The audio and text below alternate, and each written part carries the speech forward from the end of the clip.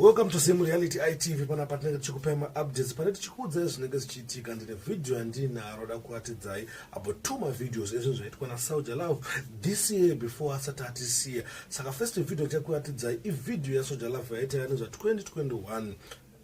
Pakaipa still sandapedza nguva yakawanda bvudzi nasasa ndipedza nguva yakawanda saka ndingokuatidzai gaga kamabva maono tichirangarira Soulja Love tiona mamwe memories mamwe videos aiita saka ndakuatidzai panapa nda 2021 tisati taziva kuti hey 2021 wacho March cheche yanosvika mukomana aita se atisiya. Saka first video ndakuatidzai. Yeah man. Big up to you and God knows who. We just want to say more blessings to you, and you remember, so we are entered the year 2021. We live 2020. Master era plenty, but man, thanks.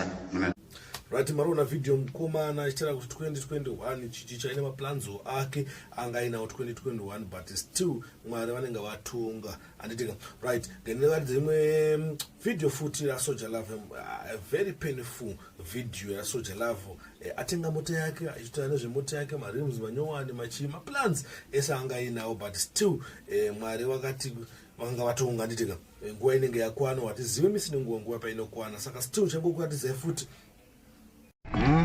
Mati ngoma bro. Mkuru. Material apera. Takupa X5 ne Explorer. Ford Explorer. Material.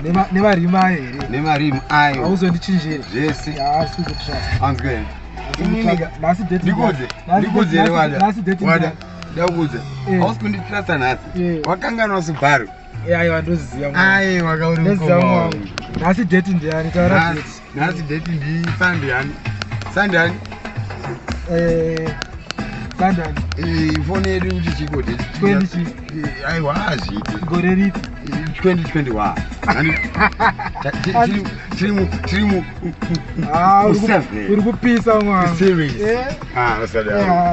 ndapise